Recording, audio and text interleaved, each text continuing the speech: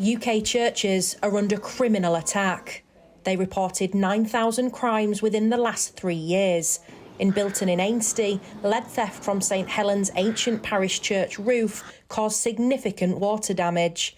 6 items were also stolen, including a historic pewter flask.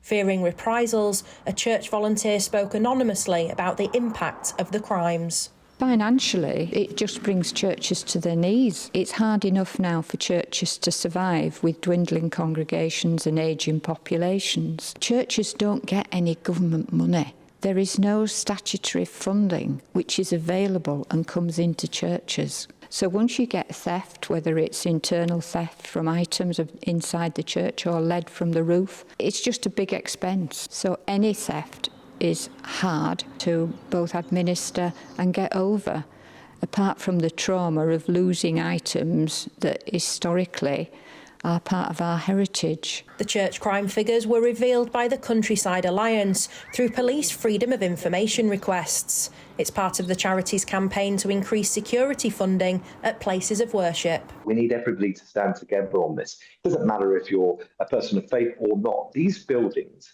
are so important to our country.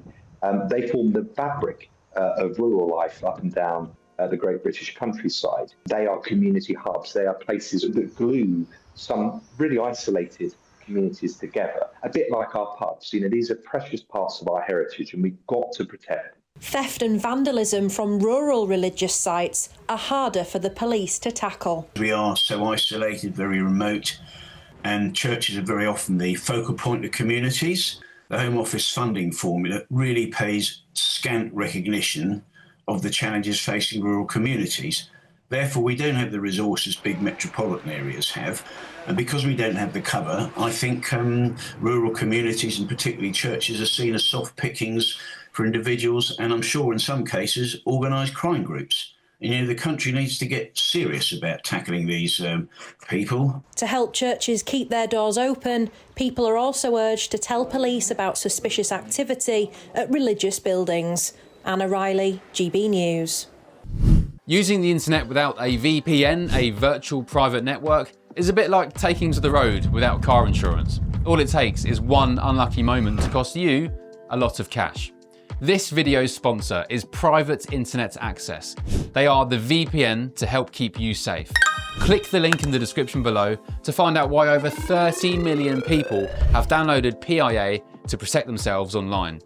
A virtual private network is an app that hides your IP address and helps keep your data private.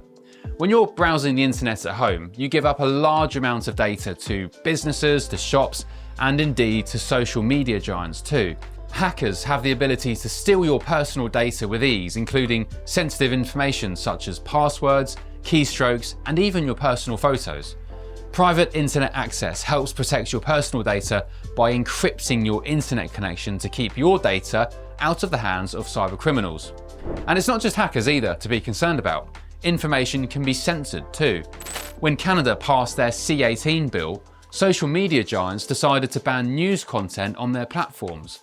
But PIA can protect your ability to consume the news and content you love. Private Internet Access is available for Windows users, Mac OS, Android, Linux, iOS, and you can use one PIA subscription to protect an unlimited amount of devices. And we've got a huge GB News discount for you too. Click the link in this video's description and you'll get a massive 83% off PIA. That's under £2 a month, the price of a coffee, and you'll get an extra 4 months completely free on top. Also, there's a 30-day money-back guarantee too. Visit piavpn.com/GB News to start protecting yourself digitally today.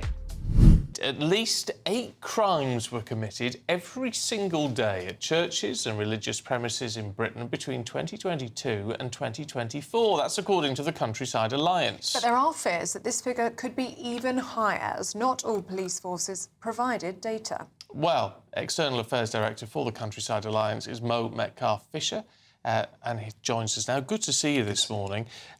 I'm really shocked that these figures are as high as they are. We've been looking at this data going back as far as 2017. And so I guess I'm not as shocked because I've seen it growing throughout the years. There was a peak during COVID, actually. During lockdown, we were seeing actually more crimes. The issue that we have is that not all forces are responding with FOI data, as you said. We know that figure's much bigger. For example, we don't have data from Scotland. We don't have data this year, annoyingly, from the Metropolitan Police. Usually, as you can imagine, London being a big city, they produce the highest number of crime data.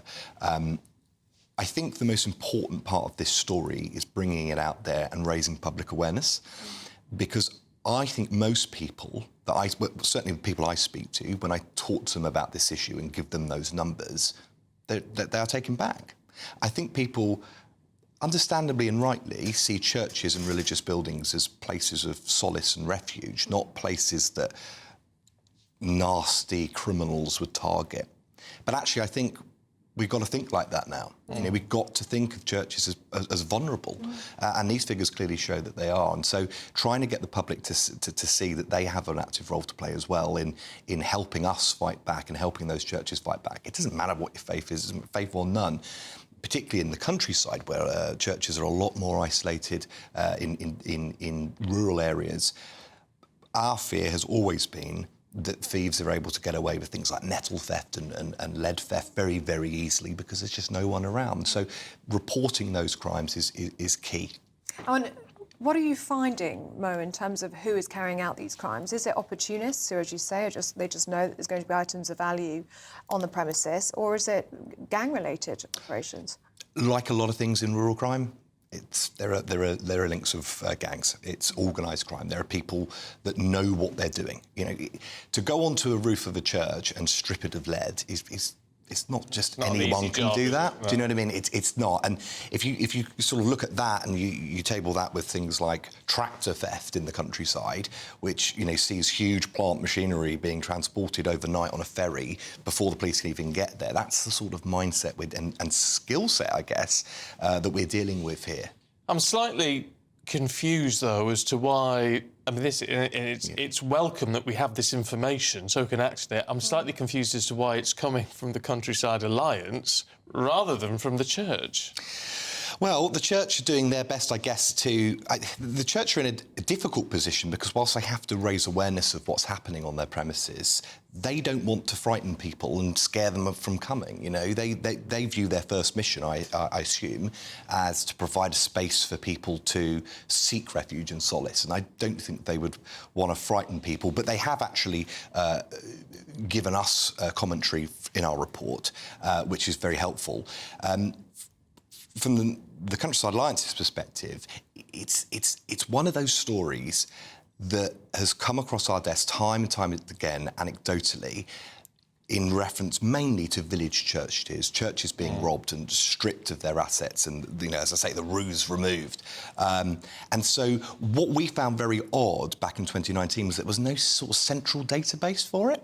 And there still isn't. We probably hold the most data on that based on police forces, but you know, as I say, that data, as reliable as it is from the forces, we just know it's bigger because we're missing evidence from some big forces. You know, you've got Devon and Cornwall, for example, in the southwest, who haven't taken part in many years.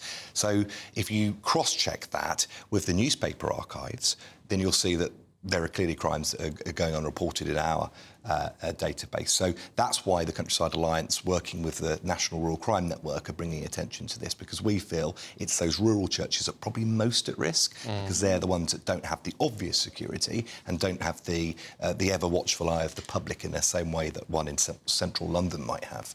Well, thank you for raising awareness on it, Mo. Mo Metcalf-Fisher, who's from the Countryside Alliance. Thank you very much. Really important to talk about. Shocking as well. You wouldn't know about it, would you? It's awful. It's part of our history, our heritage, and very much part of our countryside. Nothing nicer than going to visit a village church somewhere when you're out. Yeah, and the door being open and you can go in and have a moment of reflection. We always go in and have a look round. Yeah, I love going into churches. I mean, it'd be a shame if they all had to lock up now, and the churchyards had to be locked up as well. Let us know what you think on that one. Has your local church been affected by this? gbnews.com/yoursay.